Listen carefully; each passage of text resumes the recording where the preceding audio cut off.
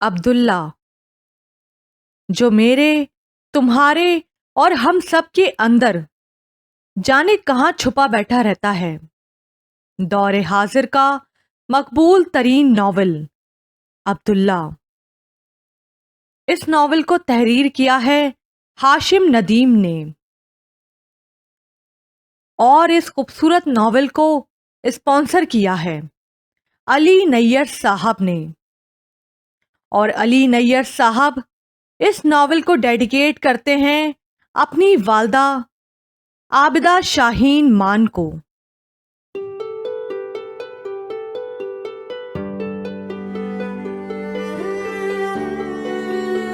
درگاہ۔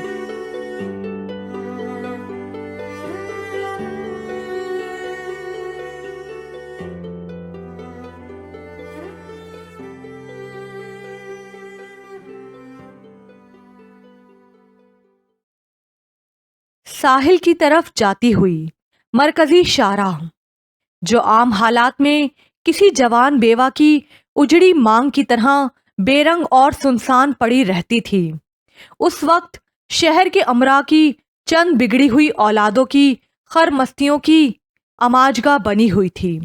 فضا میں اسپورٹس کاروں اور ہیوی بائکس کی چنگاڑتی آوازوں نے ایک ہلچل اور طوفان سا برپا کیا ہوا تھا۔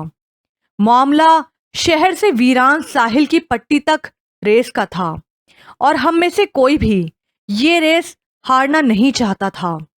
سب سے آگے صوبے کے ہوم سیکریٹری کے لاڈلے صاحبزادے وقار یعنی وکی کی مرسیڈیز اسپورٹس کار تھی۔ اس کے بعد ملک کے معروف صنعت کار بختیار احمد کی اکلوتی اولاد ساحر یعنی میری منی جیگوار تھی، اور میرے پیچھے صوبائی وزیر مالیات کا بگڑا شہزادہ کاشف اپنی دوست ردا کے ساتھ ہیوی بائک پر فراٹے بھرتا مختلف گاڑیوں کے درمیان لہراتا اور اپنا راستہ بناتے ہوئے صرف چند انچ کے فاصلے سے میری گاڑی کے بمپر کو تقریباً چھوتا ہوا چلا آ رہا تھا۔ باقی دوست اس سے ذرا فاصلے پر تھے۔ لوگ ہمیں دور ہی سے دیکھ کر سراسیما ہو کے ادھر ادھر اچھل کر اپنی جان بچانے کے لیے بھاگ رہے تھے۔ وکی نے سڑک پار کرتے ہوئے ایک ٹھیلے کو ہلکا سا چھو لیا۔ ٹھیلے والا ایک جانب کو کودا اور اس کے ٹھیلے سے ناریل فضا میں یوں اچھلے جیسے کسی شریر بچے نے یکدم فضا میں بہت سے خاکستری غبارے چھوڑ دیے ہوں۔ ان میں سے ایک ناریل کسی گرنیڈ کی طرح میری کار کی ونڈ اسکرین سے ٹکرایا، اور شیشے پر اگلے ہی لمحے مکڑی کے جالے جیسی رگیں ابھر آئیں۔ میرے ساتھ گاڑی میں بیٹھی گورنر کی بھتیجی اور میری بہترین دوست اینی زور سے چلائی، اور اس کے منہ سے انگریزی گالیوں اور مغلزات کا ایک طوفان وکی کی شان میں ابل پڑا۔ میرے پیچھے آتے ہوئے کاشف کی 150 کی اسپیڈ سے دوڑتی ہوئی بائک کا پہیا ناریل کے اوپر چڑھ گیا، اور بائک فضا میں یوں اچھلی جیسے کسی توپ سے نکلا ہوا گولا، لیکن کاشف نے اپنے حواس قابو میں رکھے اور بائک کو زمین پر لگتے ہی ایک جانب کو جھکا کر الٹنے سے بچا لیا۔ البتہ اس کے پیچھے آتے ہوئے 2 موٹر سائیکل سوار خود کو بچا نہیں پائے۔ سڑک پر دور تک ان کی بائک کے پھسلنے کی آوازیں اور اسکریچیں گونجتی رہیں۔ شاید ریس میں شامل ایک آدھ کار بھی پھسلی، لیکن میں مڑ کر دیکھ نہیں پایا، کیونکہ اس وقت میری ساری توجہ آگے سڑک پر دوڑتی وکی کی مرسیڈیز پر تھی۔ وہ جانتا تھا کہ اب ساحلی پٹی صرف چند کلومیٹر ہی دور رہ گئی ہے، لہٰذا وہ اپنی گاڑی کو سڑک پر دونوں جانب لہراتے ہوئے آگے بڑھ رہا تھا تاکہ میری گاڑی کو آگے نکلنے کا کوئی راستہ نہ مل سکے۔ کاشف گاڑی کی کھڑکی سے ہاتھ نکال نکال کر مجھے اشتعال دلانے کے لیے مختلف اشارے بھی کر رہا تھا، اور اس عمل میں اس کے ساتھ والی سیٹ پر بیٹھی اس کی ولایت پلٹ کزن ٹینا بھی برابر کا ساتھ دے رہی تھی، جو اینی کو مزید مشتعل کرنے کا باعث بن رہا تھا۔ آخری 10 کلومیٹر کا بورڈ دیکھتے ہی اینی نے مایوسی سے سر ہلایا۔ نہیں ساحر، اب ہم نہیں جیت سکتے، فاصلہ بہت کم رہ گیا ہے، ہم ہار گئے ساحر، ڈیمٹ یار۔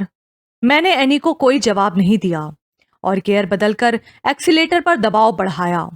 اینی بھی جانتی تھی کہ مجھے ہار سے کس قدر شدید نفرت تھی۔ میں نے ہارنا سیکھا ہی نہیں تھا۔ ہم زندگی میں جیتنا سیکھیں یا نہ سیکھیں، جیت ہمیں خود ہی سب سکھا دیتی ہے۔ ہاں، البتہ ہار کو باقاعدہ سیکھنا پڑتا ہے کہ ہار آپ کو خود کچھ نہیں سکھاتی۔ لیکن میں خود فی الحال اس فن سے نا آشنا تھا اور کم از کم آج تو میں کسی صورت ہارنا نہیں چاہتا تھا، کیونکہ مقابلے پر میرا ازلی حریف وکی جو تھا۔ اس ریس کا آئیڈیا کل رات ہی ہمارے شیطان دماغوں میں اس وقت آیا تھا جب ہم کلب کے نیلگون دھوئیں بھرے ماحول میں اپنے اپنے بھرے ہوئے سگریٹ کے کش لگا رہے تھے۔ فضا میں دھوئیں اور بیئر کی ملی جلی خوشبو پھیلی ہوئی تھی، اور دھواں کشید کرنے کے اس عمل میں ہم میں سے ہر ایک کا جوڑا بھی پورے شدومت سے شریک تھا۔ صرف اینی ہی ان میں ایک ایسی لڑکی تھی جس کا دم اس مخصوص دھوئیں کی زیادتی سے گھٹنے لگا تھا، اور تب وہ میرا ہاتھ پکڑ کر زبردستی مجھے کلب سے باہر کھلی فضا میں کھینچ لائی تھی۔ اف ساحر، کیوں پیتے ہو یہ زہر؟ نفرت ہے مجھے اس دھوئیں سے۔ لیکن کل رات اینی کی بات شروع ہونے سے پہلے ہی وقار نے بحث چھیڑ دی تھی کہ اس کے باپ نے گزشتہ ہفتے ہی اسے جو نئی اسپورٹس مرسیڈیز لے کر دی ہے، وہ اسے 250 کی رفتار سے دوڑاتا ہوا کالج آ سکتا ہے۔ کاشف نے چڑھ کر اسے ریس لگانے کا چیلنج دے دیا، اور رفتہ رفتہ بحث نے اتنا تول پکڑا کہ ہم سبھی نے اس ریس میں شریک ہونے کا فیصلہ کر لیا، اور اس کے نتیجے میں آج ہم سب کی گاڑیاں اور بائکس اس ساحلی سڑک پر آگ اگلتی ہوئی دوڑ رہی تھیں۔ ریس ختم ہونے والا پوائنٹ ساحل پر بنے ہوئے لکڑی کی ہٹس کے عین سامنے جا کر ختم ہونے والی یہی کولتار کی سڑک تھی، جہاں پہلے ہی سے یونیورسٹی کا پورا ایک گروپ ہجوم کی شکل میں چیخ چلا کے اور نعرے لگا کر ہمارا حوصلہ بڑھا رہا تھا۔ انہی میں وہ 2 لڑکے بھی موجود تھے جن کے ہاتھ میں سفید رومال تھے، جنہیں آخری جیت کی گواہی دینے کے لیے ہم نے بطور جج وہاں کھڑا کیا تھا۔ آخری پوائنٹ اب صرف 2 کلومیٹر کی دوری پر رہ گیا تھا، اور ہماری اسپورٹس کاریں جس رفتار سے دوڑ رہی تھیں، اس حساب سے یہ 2 کلومیٹر صرف 2 لمحے کی دوری پر تھے۔ وکی کسی صورت مجھے آگے نکلنے کا موقع نہیں دینا چاہتا تھا، اور مجھے بس ایک لمحے کی تلاش تھی، اور پھر وہ لمحہ ایک اونچے ریت کے ٹیلے کی صورت میں مجھے نظر آ ہی گیا۔ سڑک کے اختتام سے کچھ قدم پہلے سڑک کی بائیں جانب ریت کچھ اس طرح اکٹھی ہو گئی تھی کہ ایک اونچا سا ٹیلا بن گیا تھا۔ میں نے گیئر بدلا اور چلا کر اینی سے کہا، سیٹ بیلٹ اچھی طرح کس لو۔ اینی نے شاید میری آنکھوں میں لپکتی ہوئی چمک کو دیکھ لیا تھا۔ وہ سراسیمہ ہو کر چلائی، نہیں ساحر پلیز، فار گاڈ سیک ساحر۔ لیکن اینی کی چیخ اس کے گلے ہی میں گھٹ کر رہ گئی، اور میری جیگوار ریت کے ٹیلے پر یوں چڑھی جیسے کوئی گلائیڈر اونچی اڑان اڑنے سے پہلے کسی اونچے پہاڑ کی چوٹی پر بنی چٹان پر دوڑتا ہے، اور اگلے ہی لمحے میری گاڑی بھی کسی شاہین کی طرح فضا میں تیرتی ہوئی اختتامی حد پر لگے سرخ جھنڈے کو کراس کر گئی تھی۔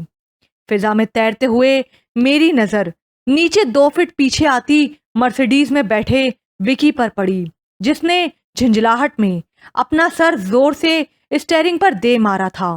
میری جیگوار ایک زوردار آواز اور شدید جھٹکے کے ساتھ نیچے ریتیلے ساحل سے ٹکرائی، اور اس کے اگلے دونوں ٹائر زوردار دھماکے کے ساتھ برسٹ ہو گئے۔ کار زور سے لہرائی، لیکن اس کے الٹنے سے پہلے ہی میں نے پوری قوت کے ساتھ ہینڈ بریک کھینچ لی، لیکن گاڑی کے بونٹ سے نکلتے ہوئے دھوئیں اور گاڑی کے فریم کو دیکھ کر کوئی اناڑی مستری بھی یہ بتا سکتا ہے کہ اب یہ کار کم از کم میرے کسی کام کی نہیں رہ گئی۔ مجھے اپنی پسندیدہ گاڑی کے تباہ ہو جانے کا کوئی دکھ نہیں تھا، خوشی تو اس بات کی تھی کہ میں نے ایک بار پھر وکی کو ہرا دیا تھا۔ ہینڈ بریک کھینچنے کی وجہ سے گاڑی نے گھومتے ہوئے ریت کا جو طوفان اٹھایا تھا وہ اب تھم چکا تھا۔ اینی، جس نے کار کے اڑان بھرتے ہی اپنا چہرہ دونوں ہاتھوں میں چھپا لیا تھا، اس نے چہرہ اوپر اٹھایا اور ایک تیز جھرجھری لے کر بولی، تم بالکل پاگل ہو ساحر، یو آر ٹوٹلی میڈ۔ میں نے اینی کی طرف ایک مسکراہٹ بھری نظر ڈالی اور گاڑی سے نیچے اتر آیا۔ سب دوستوں نے مجھے گھیر لیا اور سبھی شور مچا رہے تھے۔ دور وکی کھڑا چلا رہا تھا کہ مقابلہ زمین پر گاڑی دوڑانے کا تھا، نہ کہ فضا میں اڑانے کا، لیکن کوئی اس کی بات نہیں سن رہا تھا اور سبھی اس سے شرط ہارنے کی رقم کا مطالبہ کر رہے تھے۔ ہم سب کا تعلق ایسے خاندانوں سے تھا جہاں ایسی معمولی رقم روزانہ گھر کے نوکروں میں بانٹ دی جاتی تھی، لیکن اس رقم کی حیثیت سب سے الگ تھی کیونکہ یہ میری جیت کی رقم تھی۔ تبھی میں نے اس حقیر رقم کے لیے اپنی لاکھوں روپے کی نئی امپورٹڈ گاڑی تباہ کر دی تھی، اور سچ یہ ہے کہ اپنی ہر جیت کے لیے میں ساری زندگی روزانہ ایسی کئی گاڑیاں تباہ کرنے کے لیے تیار ہوں۔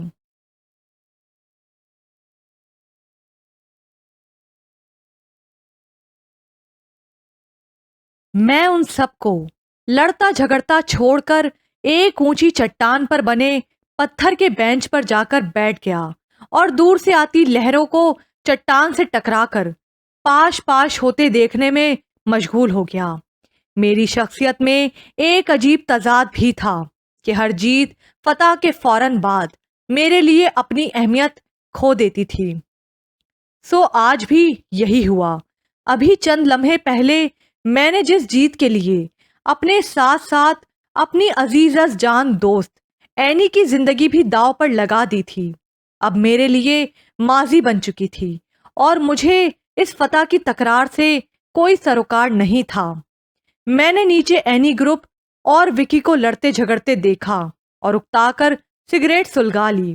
دفتن دھوئیں کے نیلے مرغولے کے درمیان سے ہوتی ہوئی میری نظر دور سڑک پر دوڑتی ہوئی کالے رنگ کی بڑی سی شیورلیٹ کار پر پڑی۔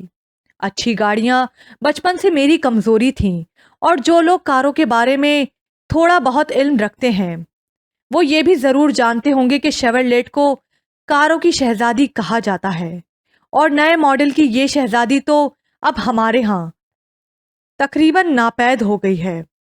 میری تمام تر توجہ اس شاندار گاڑی کی جانب مبذول ہو چکی تھی جو اب ساحل کے کنارے موجود پہاڑی سلسلے کے اندر تراشی ہوئی سفید پتھر کی سیڑھیوں کے قریب آ کر رک چکی تھی۔ گاڑی میں سے کچھ لوگ اتر کر ان سینگی سیڑھیوں کی جانب بڑھ گئے جن کا اختتام پہاڑ کی چوٹیوں پر بنی ہوئی ایک درگاہ کے وسیع صحن میں جا کر ہوتا تھا۔ میں اس کار سے بہت دور ایک دوسری پہاڑی چٹان پر بیٹھا ہوا تھا، اس لیے میں کار کی سواریوں اور ان کے حلیے پر زیادہ غور نہیں کر سکا۔ بہرحال یہ بات میرے لیے کافی حیران کن تھی کہ اس جدید دور میں بھی ایسے اونچے طبقے کے لوگ ایسی درگاہوں پر حاضری دینے کے لیے آتے تھے۔ ہم انسانوں نے خود کو تسلی دینے کے لیے کیسے کیسے بہانے تراش رکھے تھے۔ اچانک میرے دل میں اس گاڑی کو قریب سے دیکھنے کی شدید خواہش ابھری۔ ویسے بھی میں یہاں بیٹھا بیٹھا اکتانے لگا تھا۔ میں نے چٹان سے نیچے ساحل کی جانب نظر دوڑائی تو سبھی کو مشغول پایا۔ کوئی باربیکیو کی تیاری کر رہا تھا تو کوئی اپنی گاڑی سے بڑے دیوقامت اسپیکر اور میوزک سسٹم اتار رہا تھا۔ اینی نے دور سے ہاتھ ہلا کر مجھے نیچے آنے کا اشارہ کیا۔ میں نے جواباً اسے اشارہ کیا کہ میں ذرا گھوم کر آتا ہوں۔ چٹان سے دوسری جانب اترنے کے بعد میں ساحل کے ساتھ ساتھ چلتا ہوا دوسری پہاڑی کے قریب پہنچ چکا تھا۔ وہ کار اب بھی وہیں کھڑی تھی اور ایک باوردی شوفر اس کا بونٹ اٹھائے ریڈیٹر میں پانی ڈال رہا تھا۔ کہتے ہیں سواری بھی انسان کی نفاست کو جانچنے کا ایک ذریعہ ہوتی ہے، اور اس کال کی پرکھ اگر گاڑی سے کی جاتی تو یقیناً اس کا مالک انتہائی نفیس شخصیت کا مالک ہونا چاہیے تھا، کیونکہ گاڑی کو بڑے سلیقے سے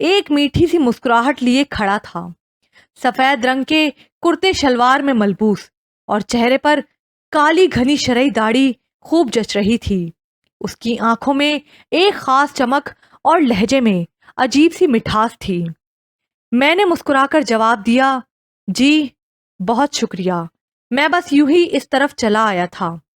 آپ کی تعریف کے لائق تو کچھ بھی نہیں ہے میرے پاس، ہاں البتہ تعارف کے لیے نام عبداللہ ہے۔ میں نے عبداللہ کا بڑھا ہوا ہاتھ تھام کر مصافحہ کیا۔ اس نے بات جاری رکھی، اسی درگاہ کا ایک مجاور ہوں، خدمت کرتا ہوں یہاں آنے والے زائرین کی۔ میں نے غور سے عبداللہ کی جانب دیکھا۔ آپ اپنی گفتگو سے تو پڑھے لکھے لگتے ہیں، پھر یہ سب کچھ؟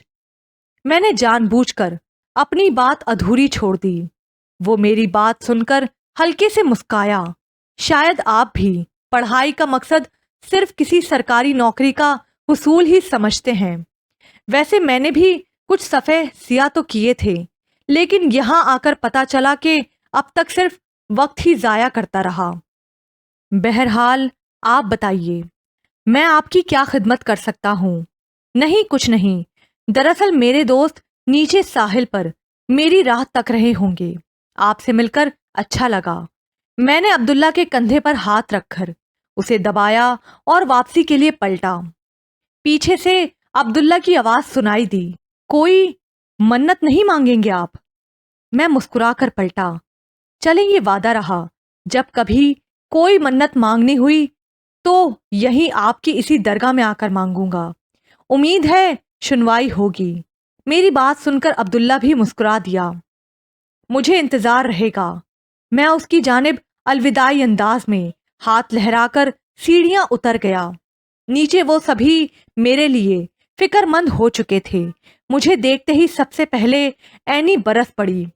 ساحر یہ کیا مذاق ہے؟ تم جانتے ہو ہم سب یہاں تمہاری وجہ سے کس قدر ہلکان ہو رہے تھے۔ کہاں چلے گئے تھے تم؟ کچھ ہمارا بھی خیال ہے تمہیں؟ وہ روحان سی ہو کر چپ ہو گئی۔ میں نے ان سب کے آگے ہاتھ جوڑے، معاف کر دو یار، میرا ارادہ اتنی دیر لگانے کا نہیں تھا، بس دیر ہو ہی گئی۔ میں دوسری پہاڑی کی چوٹی پر بنی درگاہ دیکھنے چلا گیا تھا۔ میرے منہ سے درگاہ کا نام سنتے ہی وہ سب یوں اچھلے جیسے میں نے ان کے عین سامنے کوئی بم پھوڑ دیا ہو۔ درگاہ؟ ساحر تم؟ خیریت تو ہے نا؟ ان سب کی حیرت بجا تھی۔ ہم میں سے وہاں کوئی بھی ایسا نہیں تھا جس نے آج تک درگاہ تو کیا عیدگاہ کی بھی کبھی زیارت کی ہو۔ ہم تو وہ تھے جن کے لیے لوگ منتیں مانگتے تھے، ہمیں بھلا ایسی جگہوں سے کیا واسطہ؟ ہم تو خود ایک منت کے طور پر اس دنیا پر وارد ہوئے تھے، جنہیں بن مانگے ہی اس جہاں میں سب کچھ میسر تھا۔ پھر ہمیں کیا ضرورت تھی ان درگاہوں اور مسجدوں میں ماتھا ٹیکنے کی؟ ہم سے تو ہمارا خدا ویسے ہی صدا کے لیے راضی تھا۔ میں نے جرمانے کے طور پر اسی رات سبھی کو ہالیڈے ان میں ڈنر کی دعوت دی، تب جا کر ان لوگوں کا غصہ ٹھنڈا ہوا۔ لیکن اینی ابھی تک روٹھی روٹھی سی تھی۔ وہ مجھ پر دوسروں سے کہیں زیادہ اپنا حق سمجھتی تھی، اور اسی حق کا مان اسے یوں روٹھنے پر مجبور کرتا تھا۔ اینی کی یہ خاموشی واپسی پر بھی تمام راستے برقرار رہی، لیکن میں جانتا تھا کہ حسب معمول آدھی رات کو مجھے فون کیے بنا اسے نیند نہیں آئے گی۔ لیکن اس رات تھکن کی وجہ سے میں اس قدر گہری نیند میں تھا کہ نہ جانے کتنی گھنٹیوں کے بعد فون اٹھایا۔ دوسری جانب سے اینی کی پریشان اور کس قدر جھنجھلائی ہوئی آواز ابھری، اتنی دیر کیوں لگا دی فون اٹھانے میں؟ اس کی جھنجھلاہٹ پر مجھے ہنسی آ گئی۔ ابھی چند گھنٹے پہلے ہی تم نے درجنوں لوگوں کی موجودگی میں یہ عہد کیا تھا کہ اب آئندہ تم مجھ سے کبھی بات نہیں کرو گی۔ تم جانتے ہو نا میں تم سے بات کیے بنا نہیں رہ پاؤں گی، اسی لیے اتنا اکڑتے ہو۔ یار میری کیا مجال کہ میں گورنر صاحب کی اکلوتی بھتیجی کے سامنے ذرا سی بھی اکڑ دکھانے کی جرت کر سکوں۔ مجھے جیل جانے کا کوئی شوق نہیں۔ مذاق مت کرو ساحر، میں بے حد سنجیدہ ہوں۔ میں سیدھا ہو کر بیٹھ گیا۔ اچھا بولو کیا چاہتی ہو؟ دوسری جانب سے اینی کی شرارت بھری آواز ابھری، تمہیں؟ اچھا تو یہ تم سنجیدہ ہو؟ اینی نے ایک ٹھنڈی سی آہ بھری، یہی تو مسئلہ ہے، تم نے کبھی میری محبت کو سیریس لیا ہی نہیں۔ اینی پر ایسے دورے مہینے میں ایک آدھ بار ضرور پڑتے تھے، اور لگتا تھا کہ آج کی رات پھر انہی راتوں میں سے ایک تھی جب ہماری زوردار بحث ہونے والی تھی، لیکن آج میں اس سے بحث کے موڈ میں بالکل بھی نہیں تھا۔ او کم آن اینی، تم جانتی ہو کہ میں یہ محبت وغیرہ پر بالکل بھی یقین نہیں رکھتا۔ محبت صرف جسم کے حصول کی درخواست کا ایک مہذب ذریعہ ہے، بس ایک لفظ ہے اپنی خواہشات پر پردہ ڈالنے کے لیے، اور کچھ بھی نہیں۔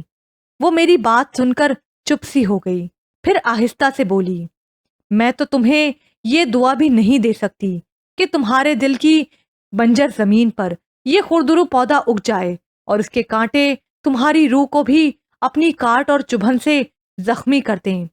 تمہارا قصور نہیں ہے ساحر، شاید یہ میری آزاد خیالی ہی میرے جذبوں کو بے وقت کرنے کا باعث بنتی ہے۔ Sweet dreams. اینی نے فون کاٹ دیا۔ میں حیرت سے فون کو دیکھ رہا تھا۔ اس لڑکی کو کیا ہو گیا ہے اچانک؟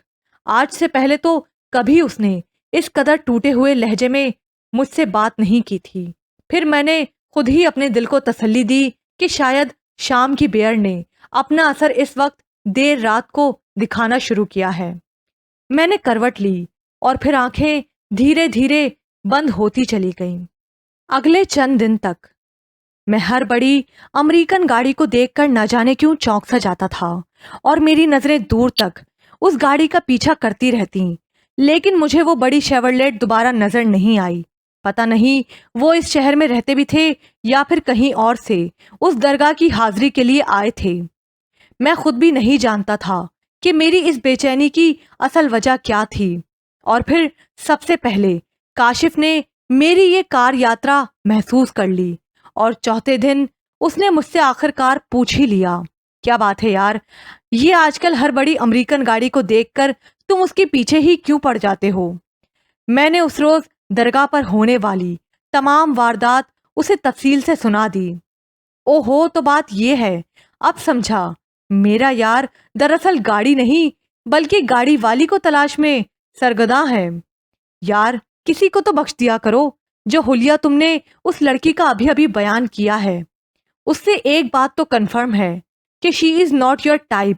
او شٹ اپ یار، ایسی کوئی بات نہیں ہے، مجھے صرف ایک تجسس ہے کہ آخر اس شہر میں ایسے کون سی فیملی ہے جو میری طرح گاڑیوں کا شوق رکھتی ہے، لیکن میں اس سے واقف نہیں ہوں۔ کاشف بولا، یہ بھی تو ہو سکتا ہے کہ وہ لوگ اس شہر سے تعلق ہی نہ رکھتے ہوں، کہیں اور کسی دوسرے شہر سے وہاں آئے ہوں۔ یہی تو الجھن ہے کہ یہ بات کیسے معلوم کی جائے کہ وہ لوگ کہاں سے آئے تھے۔ پتہ نہیں کیوں، لیکن میں اس لڑکی کی اداس آنکھوں میں چھپی داستان پڑھنا چاہتا ہوں، لیکن افسوس پڑھ نہیں پایا۔ کاشف کچھ دیر تک غور سے میری جانب دیکھتا رہا، پھر ایک دم اچانک کھڑا ہوا۔ چلو اٹھو۔ کہاں؟ آؤ اس آنکھوں کی کہانی کا راز جاننے کے لیے۔ چلو اب دیر نہ کرو۔ میں کاشف کی عادت سے واقف تھا، ایک بار جو بات اس کے ذہن میں بیٹھ جاتی پھر اسے نکالنا ہم سب میں سے کسی کے لیے بھی بس کی بات نہیں تھی۔ کچھ ہی لمحوں بعد کاشف کی چروکی جیپ تیزی سے اس سڑک پر رواں تھی جو اسی ویران ساحل کی پٹی کی جانب جاتی تھی جہاں وہ درگاہ واقع تھی۔